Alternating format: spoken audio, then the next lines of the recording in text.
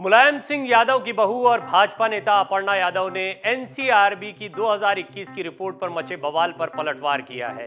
Media से बात करते हुए उन्होंने विपक्ष के तमाम सवालों का जवाब दिया और एक बहुत महत्वपूर्ण सवाल कि क्या अपर्णा यादव लोकसभा चुनाव लड़ने जा रही हैं, इस सवाल का भी उन्होंने जवाब दिया। अपर्णा ने हालांकि जो सवाल पूछे गए उनके एक एक करके जवाब दिए और एनसीआरबी पर उन्होंने जवाब देते हुए कहा कि एनसीआरबी कोई भाजपा की एजेंसी नहीं है।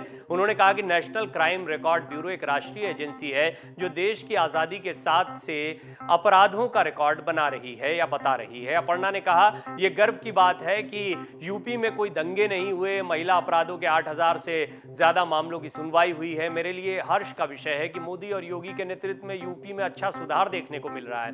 दरअसल मामला यह है कि एनसीआरबी की रिपोर्ट में उत्तर प्रदेश को दंगा मुक्त प्रदेश बताया गया है। एनसीआरबी ने 2021 के क्राइम के आंकड़े जारी किए हैं, जिसके मुताबिक पूरे देश में सांप्रदायिक हिंसा के 378 मामले दर्ज हुए, जिसमें उत्तर प्रदेश में सिर्फ एक ही मामला दर्ज हुआ, जबकि महाराष्ट्र में 100, झारखंड में 77, बिहार में 51 और हरियाणा में 40 मामले दर्ज हुए हैं। इस मामले में राजस्थान 5वें नंबर पर है। एनसीआरबी के आंकड़ों के मुताबिक 2019 और 2020 में एक भी मामला दर्ज नहीं हुआ। इसे योगी सरकार की बड़ी उपलब्धि के तौर पर देखा जा रहा है। विपक्ष के हमलावर होने पर अपर्णा यादव ने कहा कि जब एनसीआरबी का हवाला देकर विपक्ष कभी सरकार पर अटैक करते थे, वही एनसीआरबी जब कह रहा है कि यूपी दंगा मुक्त हो गया तो संशय कहां है।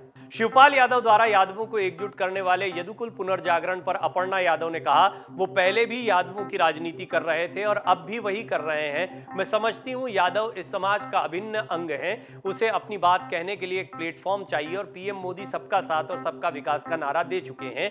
देश में किसी एक समाज के लिए नहीं बल्कि सबके लिए नीतियां बनती है। अपर्णा यादव ने कहा कि हम सबके बारे में सोचते हैं, हम राष्ट्र हित में सोचते रहे हैं। वही 2024 में लोकसभा चुनाव लड़ने को लेकर अपर्णा यादव ने बड़ी बात कही है।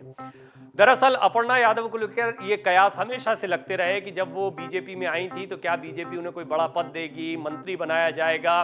वो मंत्री नहीं बनी। ये रिपोर्ट भी हमने आपके सामने रखी थी कि इसकी क्या वजह दिखाई पड़ती है।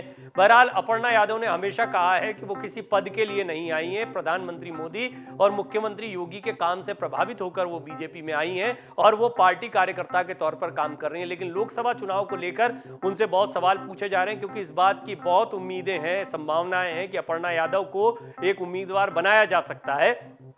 उनसे यह सवाल पूछा गया कि क्या आप लोकसभा चुनाव लड़ने वाली हैं। उन्होंने कहा पीएम मोदी और केंद्रीय नेतृत्व मेरे बारे में जो भी फैसला लेगा वो अच्छा ही लेगा। ये एक बहुत बड़ा जवाब है। उन्होंने इसमें ना नहीं कहा है, इनकार नहीं किया है। वो इसमें एक आशा की झलक भी दिखाई पड़ रही है कि जो भी फैसला लिया जाएगा वो उन्हें स्वीकार होगा।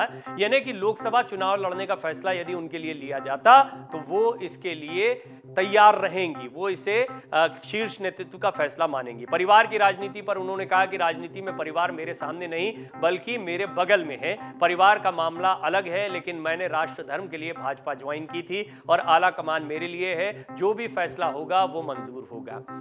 अपर्णा यादव मुलायम सिंह यादव की छोटी बहू है। अपर्णा यादव की राजनीति समाजवादी पार्टी की राजनीति भी रही है, लेकिन विधानसभा चुनाव से ऐन पहले जब वो बीजेपी में शामिल हुई थी तो ये मुलायम सिंह यादव परिवार और अखिलेश यादव के लिए बड़ा झटका माना गया।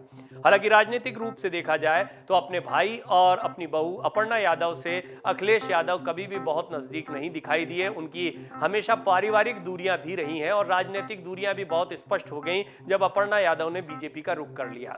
शिवपाल यादव अलबत्ता अपर्णा यादव और परिवार के अन्य सदस्यों के ज्यादा करीब दिखाई देते हैं। शिवपाल यादव बीजेपी के भी करीब हो सकते हैं। हालांकि खुलकर ना तो बीजेपी ने कभी उनके बारे में कुछ कहा और ना ही शिवपाल यादव अपने पत्ते खोलते हैं। ऐसे में अपर्णा यादव को एक महत्वपूर्ण किरदार माना जाता है कि यदि शिवपाल यादव की एंट्री बीजेपी में होती है तो अपर्णा यादव बड़ा रोल प्ले कर सकती हैं। इसके अलावा हमेशा से ये कयास लगाए जाते रहे हैं कि अपर्णा यादव को किसी ना किसी बड़ी जिम्मेदारी के साथ में बीजेपी सामने पेश करेगी। बहुत मुमकिन है कि परिवार का मुकाबला परिवार से भी दिखाई दे। किसी बड़ी सीट पर किसी यादव परिवार के ही अपने परिवार के ही सदस्य के खिलाफ क्या अपर्णा यादव को उम्मीदवार बनाया जा सकता है? क्या बीजेपी उन पर बड़ा दांव खेल सकती है? ये तो आने वाला समय समय तय करेगा, लेकिन अपर्णा यादव ने यह स्पष्ट कर दिया कि यदि उन्हें लोकसभा चुनाव लड़ने के लिए कहा जाता है या शीर्ष नेतृत्व उनके बारे में जो भी निर्णय लेगा वो सही निर्णय ही होगा। इससे स्पष्ट है कि अपर्णा यादव इनकार नहीं कर रही कि वो लोकसभा चुनाव नहीं लड़ सकती हैं, उन्हें चुनाव नहीं लड़ना है। हालांकि उन्होंने पहले कई बार कहा है कि पार्टी को लेकर उनकी कई जिम्मेदारियां हैं, सामाजिक कार्यक्रमों में वो बहुत सक्रिय दिखाई देती हैं। साथ ही साथ बीजेपी का कई मंचों पर हमने देखा है कि वो किस तरीके से बचाव भी करती हैं और किस तरीके से जवाब देती हैं। एनसीआरबी जैसे मुद्दे पर उन्होंने स्पष्टता कहा कि विपक्ष पहले एनसीआरबी के इन्हीं आंकड़ों को उठाकर बीजेपी को कटघरे में खड़ा करता था, अब इसी एनसीआरबी को वो कटघरे में खड़ा कर रहा है, क्योंकि एनसीआरबी के आंकड़े ये कहते हैं कि उत्तर प्रदेश दंगा मुक्त हो गया है। डाउनलोड करें अमर उजाला ऐप और पाएं खबरें लगातार। अगर आप ये वीडियो YouTube पर देख रहे हैं तो हमारे चैनल को सब्सक्राइब करें और बेल आइकन को दबाना ना भूलें। अगर आप Facebook पर ये वीडियो देख रहे हैं तो हमारे पेज को लाइक करें।